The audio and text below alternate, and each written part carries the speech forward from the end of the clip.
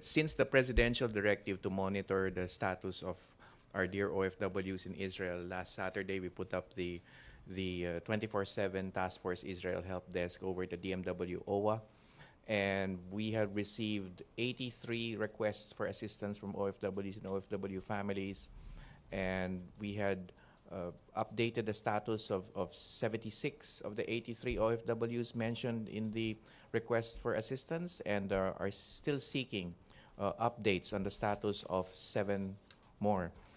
And of course, we also put out a Google survey.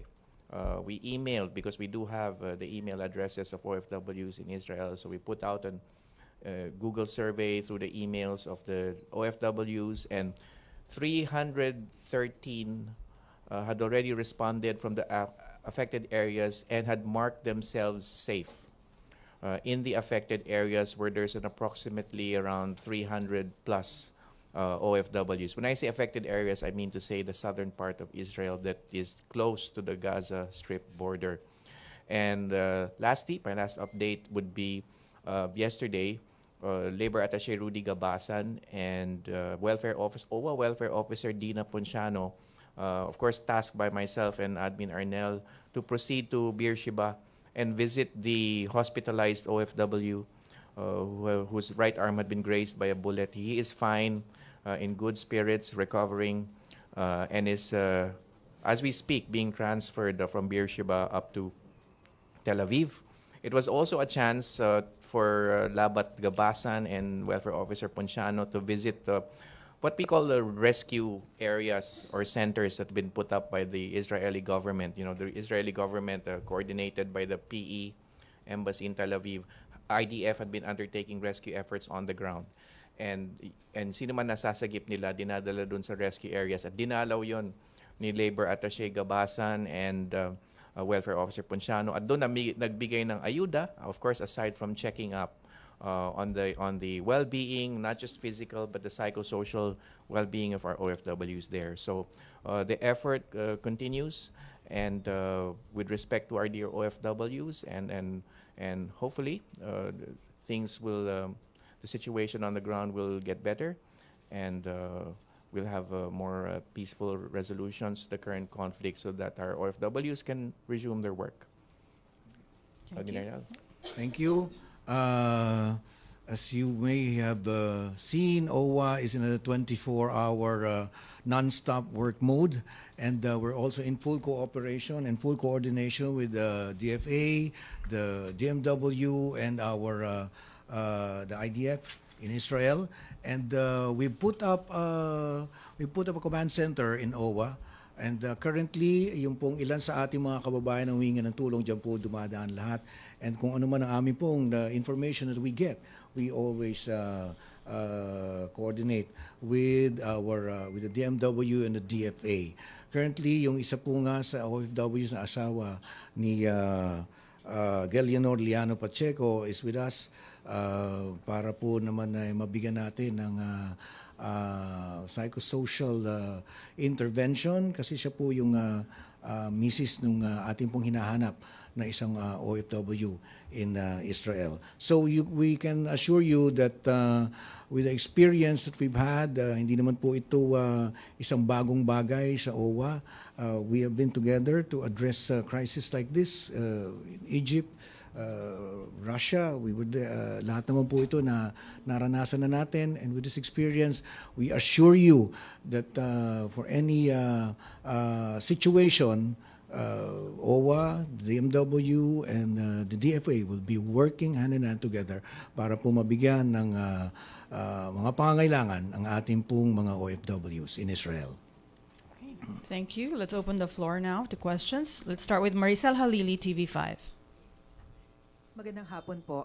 May we have an update about po dun sa repatriation of our Filipinos residing in Israel? Gano'n na po karami sa kanila yung nagsabi na gusto na nilang magpa-repatriate, and ready na po ba tayo for repatriate? Magandang hapon. Una, kailangan natin maalala, tulad ng sinabi namin, yung affected areas talaga kung saan pumasok yung Hamas ng weekend are in the south of Israel. There are roughly 30,500 Filipinos in Israel. The majority of those, the vast majority, 95% according to our embassy, are not situated in the southern areas near Gaza. No, there are some cities of Israel in the area, such as Sderot, Ashdod, and others, Beersheba, where we have a total of about 300 Filipinos. And the embassy has been in touch with them to make sure that they're all right. Karamihan natin mga kababayan are in Tel Aviv, Jerusalem, or Haifa, further up north. Wala pang nagsasabi na gusto nilang ma-repatriate. This situation between the Hamas and the Israeli authorities is sadly a cyclical thing, which our kababayans are well aware of. They are very resilient, just like the people they're living with in Israel, and they do not ask for repatriation whenever there is a conflict, because by past experience, what happens is that, well, after a few days, hopefully this will be the case as well, tulad ng sinabi ng ating dalawang gentlemen dito, no? After a few days, there's a session of hostilities. So they haven't asked. We are ready to repatriate them, to bring them home if that's what they want. The situation is different in Gaza, in Palestine, where you have about 137 Filipinos. They're not OFWs. They are Filipino family members. They are Filipinas married to Palestinians, and some of the 137 are their minor children, so they are also Philippine nationals. And parami ng parami, but right now, according to our embassy in Amman, there are about 38 who have asked to be repatriated, and we are in the process, and we are working on it. So, dun po, sa Gaza meron nagpaparepatriate, sa Israel, wala po. Sir, just a quick confirmation. Meron na po ba tayong balita kung totoo na merong fatalities na Filipino in Israel? Because merong lumalabas na news na mukhang meron na raw. We aware that. We cannot confirm that because we do not want to cite, to confirm anything without being 100% sure of the facts. May I ask my colleagues here also to give the perspective from the DMW and OVA? Yes, as far as we have been told by the Philippine Embassy, there is also close coordination with the IDF, International Defense Forces. Of course, for OFWs, we are also in touch with their employers, so that we can get the full facts. And thus far, agree with you, Sec Ed, there has been no confirmation of the reported fatality, although the matter has been forwarded to the Israeli side, to Israeli government. But we wish to emphasize also that the President himself has already stated on behalf of the Filipino nation that we condemn these acts of violence, especially against civilians. Okay. Nestor Corrales, Philippine Daily Inquirer. Just a follow-up. So may we know how many Filipinos are currently unaccounted for in Israel and how many are held hostage, if any? On that being held hostage, we have no absolute confirmation that there is a single Filipino being held hostage. But yes, it is true that there are about 7 Filipinos who, well, shall we say, whose whereabouts we are uncertain of, no? I'd like to ask my colleagues to share some details. Yes, we're hoping that the number of OFWs whose updates or status we are still trying to get ourselves updated with will continue to go down. It was around 15 or 16 last weekend. So we have slowly accounted for the status of our respective OFWs. Of course, in total it was 83, but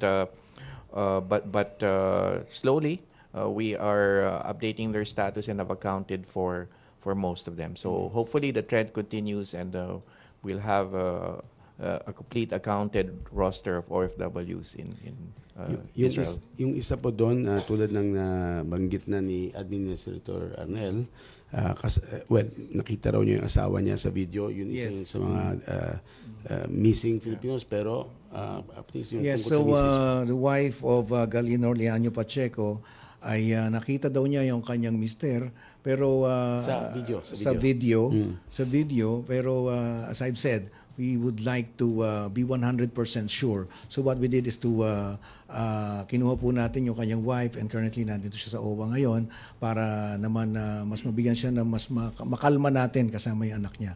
And karagdagan lang, no, we would like to let you know that most of the reports that you get, we also get them. But we are very, very careful as to what we will tell the media. Kasi katulad po ng mga nauna ng mga reports, upon verification, hindi naman po totoo. And we'd like to appeal to our kababayans. Each time that you make transmissions from where you are, it can jeopardize your situation. Maaari kayong matrace.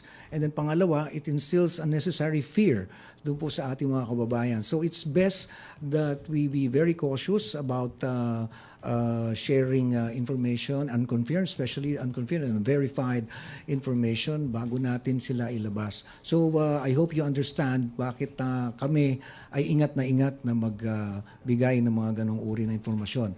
Now, ano ba yung katapat naman nun? As you see, as you observe, the DMW, DFA, and OWA, tuloy-tuloy na nagtatrabaho. Katulad nung simula na ang dami nating mga sinabi na hindi makita. Ngayon, bumababa na itong mga numero na to. And tuloy-tuloy pa rin tayong hinahanap ito. Hindi lamang ito kasi, hindi lamang ang ating side ang nakikipagtulungan. In fact, IDF is also working closely with us. In fact, yung ilan po sa ating mga nailigtas at nadala sa mas ligtas na lugar, ito po ay hinatid ng IDF ng Israel. So we're working very closely with them. Yung dagdag ko lang, sorry, yung isa pa lang unaccounted a few days back, yung nagkaroon ng smoke inhalation, isa yun sa mga dinalaw ng labat ng DMW at ng well-off ni Admin Arnella. And she is safe, and she's currently up in Tel Aviv already. Recovered, wala na siya sa ospital. Kaya nagpapasalamat din tayo sa State of Israel. Pinangakuan ng ambassador nila dito na hindi lang naman nila bibigyan ng protection ng sariling citizens, pero pati rin yung mga iba kasama ng mga Pilipino doon. To add to what Administrator Ignacio was saying, for example, we don't want to be alarmist. Yes, it's true na may missing Filipinos, pero it's possible they're still in the bunkers, they're still kasi meron pa rin konting gun battles between Israeli forces and some Palestinian fighters in south of Israel. So maybe they're still in hiding or so. And eventually lilitaw na rin, hopefully. And also on the details, remember it's a security situation. So in case they were abducted, we don't want to give details because that will endanger their lives. It will worsen their situation. Ivan Mayrina, GMA7. Gentlemen, sir, good afternoon. Based on reports that we've been seeing from foreign media, Gaza City is under heavy bombing, perhaps as we speak. Meron ho ba tayong impormasyon kung anong kondisyon ng mga kababayan natin doon? At bukod po sa bombing, tinigil daw po ang supply ng pagkain, kuryente, fuel, even water, papunta sa Gaza City. All right. It is true that there's bombing and that. Well, actually, Gaza has been in lockdown. I'm sorry. The Israelis since for some years, have put a blockade on Gaza, and that's part of the reason. That's part of the reason for the difficult relationship, right now, between the Palestinians and the Israelis. Ang ating mga kababayan, so far walang casualties, walang wounded because ang tina-target ng Israel specifically are Hamas targets. And we would like to think that our kababayans in Gaza are not involved with the Hamas. And so the Israelis themselves have said that they have been warning civilians in Gaza before they strike particular buildings, no? As for the yung electricity, okay, this has been happening. This is not the first time that's happened, and I'm sure the kababayans, while they are not in the best of conditions right now, know what to do. Of course, some have already asked for repatriation, and it's complicated by the fact that there's no international airport in Gaza. No, there's none. You can't even leave by the sea because also the blockade includes sea. There's no port, the way you know ports are. But there's always diplomatic initiatives. There are the exit points both to Israel or through Egypt, which are heavily guarded by both Egypt or Israel. So there are measures now being undertaken so that we could hopefully bring them as soon as possible. But right now, no casualties among the Filipinos in Gaza. Having mentioned all those challenges, Yusek, how soon can we execute this plan to repatriate our kababayan? Ito hong 38 na sabi na gusto nila magpa-repatriate. I don't want to lie to you and give a date. I will tell you as soon as possible. Thank you. Okay. Harley Valbuena, DZME. Alan. Hello, good afternoon po, sirs. Yusek Kakdak, may we know if there are OFWs that are set to be deployed in Israel for the next few weeks or months? And in line with that, are we open on asking the President for a possible deployment ban sa Israel po? Okay, first question. Right now, deployment is on hold mainly because we know that the Ben Gurion International Airport is closed, although there might have been developments in the last few hours on that. But nevertheless, we are in touch with, as you know, there's a government-to-government hiring arrangement in partnership with the Israeli labor and immigration authorities, especially with respect to hotel workers. So we are in close coordination with the Israeli PIBA, that's the name of the government agency counterpart that we have. And at the proper time, deployment will resume, especially for our, what we call G2G hotel workers for Israel. And with respect to a deployment ban in general, we're looking toward USEC Ed and the DFA because we know that the deployment ban framework is anchored on the alert level system, alert level set also by the Department of Foreign Affairs, and this is in accordance with the law. Okay. For now po, sir, on hold muna yung deployment. Tama po ba ako?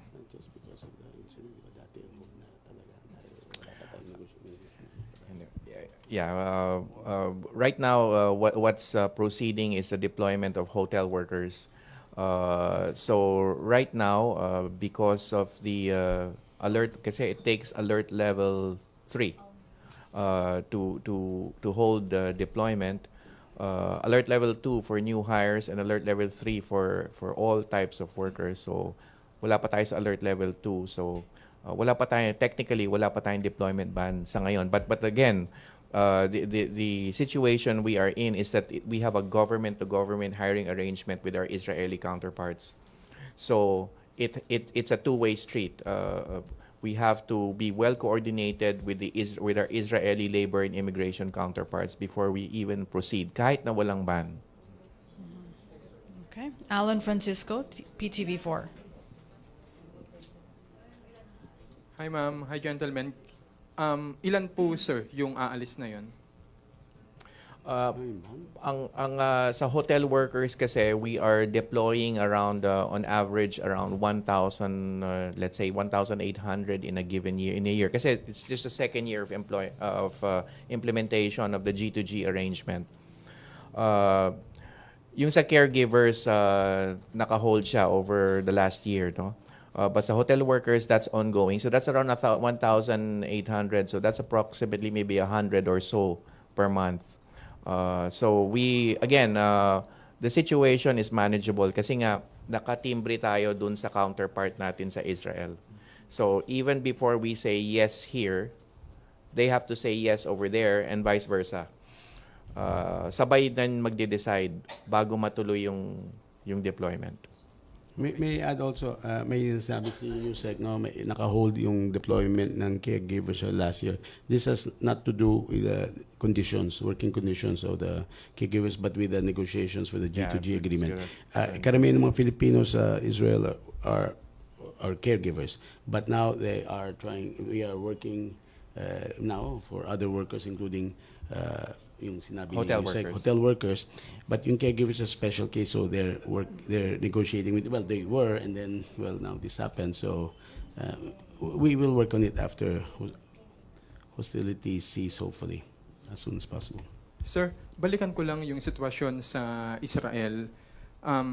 Anong point, sir, na kailangan na magpatupad ng probably forced evacuation? I understand, nakasasabi niyo lang po kanina, wala pang gustong mag-repatriate ng ating mga kababayan. Yung force, let me clarify yung alert levels. So, alert level precautionary phase, yung alert level 1, pag nag-uumpisa na yung if there are incipient threats to the safety and security of our kababayans there. Precautionary phase. Alert level 2, restricted phase, meaning bawal na magpadala ng bagong workers. Alert level 3, voluntary repatriation, meaning sumama na yung situation, although there is still order in the country. Alert level 4, yun na talaga yung breakdown of order and of practically full-scale war. By the way, we could have alert levels only in one particular place. Hindi to alert level the entire country. Our embassy in Amman, which controls Gaza, which has jurisdiction over Gaza, has recommended na ilagay na yung Gaza to alert level 3, which is voluntary repatriation. So hindi pa mandatory. So this will be clear with the President. As for Israel, our embassy has not yet made a recommendation, although we are working, our task force is working by the presumption that we're in the precautionary phase because we have to prepare, no? So as for when we will call on a mandatory evacuation, well, if the situation, we'd like to be optimistic, no? Escalates that not just what's happening now, but pretty much that the Israelis are no longer able to defend the citizenry, and they are themselves asking for foreigners to leave. If you remember in Sudan, even recently, even the two warring factions were saying foreigners should leave. So that's a great example of voluntary or mandatory repatriation. The Israeli government is in control of Israel. And now they are the ones undertaking operations against Gaza. So we would like to call eventually for a peaceful solution and respect for international law, and hopefully peace will prevail. So wala pa tayo situation nun. Hopefully our efforts now are on ensuring the safety, monitoring the safety of our kababayans, including hopefully we'll be able to find out what happened to the 7 who are missing. Thank you, sir. Thank you. Okay, Alvin Baltasar, PBS. Yusek, Kakdak, magandang hapon po. Yusek, medyo clarification lang ng kaunti doon sa deployment. Opo. Parang sa pagkakasabi nyo kanina, apparently mukhang suspended muna yung deployment. Pero nabanggit nyo rin kanina na parang lumalabas na selected lang yung pansamantalang deployment ng mga manggagawa. Gaya ng hotel workers, pwede silang tumuloy pa rin. Kasi sa ngayon talagang walang deployment ng new hires ng caregivers, no? As mentioned by Yusek Ed, merong pang negotiations to renew, no, or to resume the deployment. Ngayon, what is functioning right now is the government to government hiring ng hotel workers. Dalawa kasi 'yun eh. Government to government hiring ng caregivers maybe 2020, 2021, and then 2022 nagsimula yung hotel workers. So naka-hold ngayon yung sa caregivers, but on not, as mentioned by Yusek Ed, not related to the current situation. It's because there are current negotiations taking place between both sides. Ngayon, do sa hotel workers ay meron pa rin government-to-government hiring. We're looking at the airport situation in Israel and consult with our counterparts, yung labor and immigration authorities, as to whether pwede muling mag-resume. As I said, it's a two-way street. Kahit sabihin natin ditong go na, Pero kung sabihin ng Israel side, hold muna, then hold. And vice versa. Kung sinabi nila sa atin na go na, pero sabihin natin, teka, sandali, kung may alert level, ay hindi rin. Pero sa ngayon, walang alert level. So from our side, walang impediment, but we will still have to check with our Israeli counterparts. First, yung airport situation, although we've heard some news na parang magbubukas or bukas na. And then second, whether or not we can already have that flow, renewed flow of deployment ng hotel workers for Israel. So, ibig sabihin, Yusek, ay naghihintay lang tayo ng go signal talaga. Yes, yes. All it takes is just we will check with our Israeli counterparts kung okay na naman, kung bukas na naman. Kasi nga, since last weekend, sarado yung Ben Gurion International Airport. But what we've heard so far are press releases, so we need to officially confirm. Also, again, we wish to emphasize the conflict is in the southern part. Kasi imagine, for example, in the Philippines, although the size is different, no? Imagine Filipinos are mostly working, for example, in Metro Manila area, and then the conflict would be somewhere in Mindanao. Parang ganon. So it doesn't mean that the kababayans or in Tel Aviv are in grave danger right now. Although, of course, they have to take precautions. We just heard, what was that, a buzzer? That's common in Israel during these times. That's a warning to the people, may darating na missile. Everybody to the bomb shelter. Well, their Iron Dome handles or intercepts those missiles. Yung rockets fired by Gaza last weekend mostly were towards the southern cities. In fact, they caused a lot of damage and even deaths. There were a few which reached Tel Aviv, pero by then humihina na yun the thing. So our kababayans in Tel Aviv and in Haifa are, of course, monitoring the situation, and they're in touch with the embassy. They are safe, and right now the situation is all towards Gaza and in the extreme south or extreme areas of the border with Gaza, no? So again, repeat, yung iba yung hotel workers, pero caregivers, hindi to deployment suspension dahil nagkaroon ng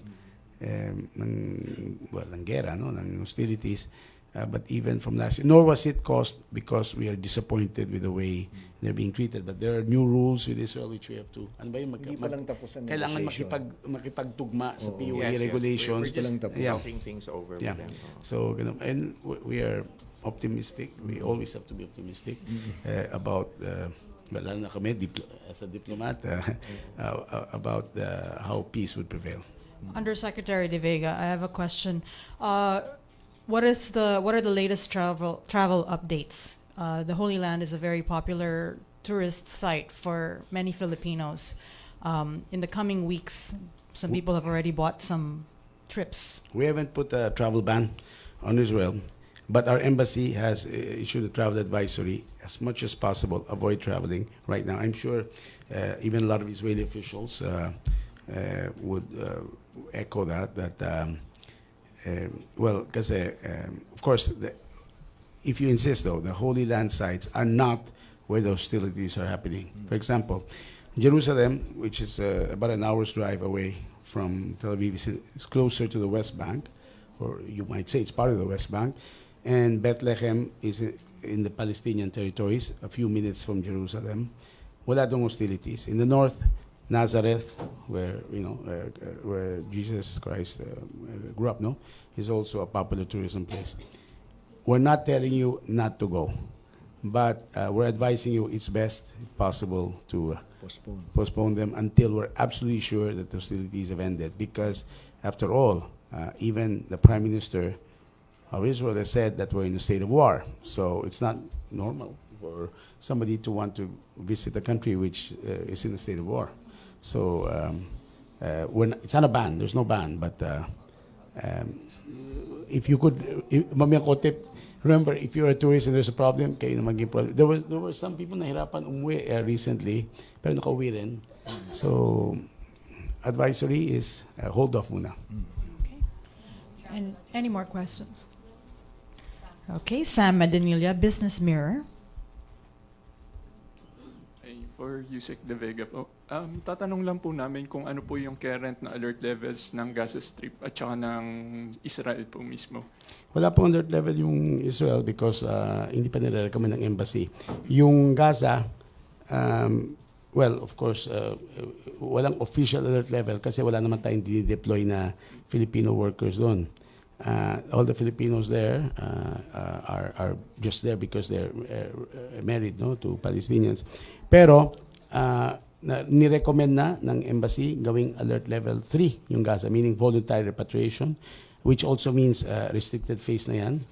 And hindi pa na-announce sa final, pero we are going by that. Parang de facto, na kahit na hindi pa officially pinirma ng presidente or in-announce, we could say that it's under voluntary repatriation na. And the only issue is, well, voluntary repatriation, but how to repatriate them, because that's what we're working on diplomatically. Because it's not a simple matter po na magpapadala tayo ng aeroplano, mag-hire ng charter ng aeroplano, kasi wala nga flights or even ships. The normal way to get out of Israel, of Gaza, is through Israel, through the border with Israel, but which is obviously closed. So, so let us assume, that's work by the principle, by the assumption that they are on alert level 3. Pero sir, bakit hindi po alert level 4 na mandatory repatriation po yung recommended for Gaza Strip? Well, because this is a situation which sadly is kind of a regular thing, which the Filipinas in Palestine already know about, no? Pero it could go up. Without saying it will, let's see how the next few days goes. Tapos last na lang sir, mag-deploy po ba yung government ng augmentation team para po dun sa ongoing na preparation for possible repatriation? They haven't asked yet, but we are all ready to do whatever it takes, including that. Lalo na kung bukas na yung airport. Thank you po sir. Thank you. And that concludes our press briefing today. Thank you, Undersecretary De Vega, Undersecretary Kakdak, and Administrator Ignacio. Thank you, Malacanang Press Corps. Good afternoon. Thank you.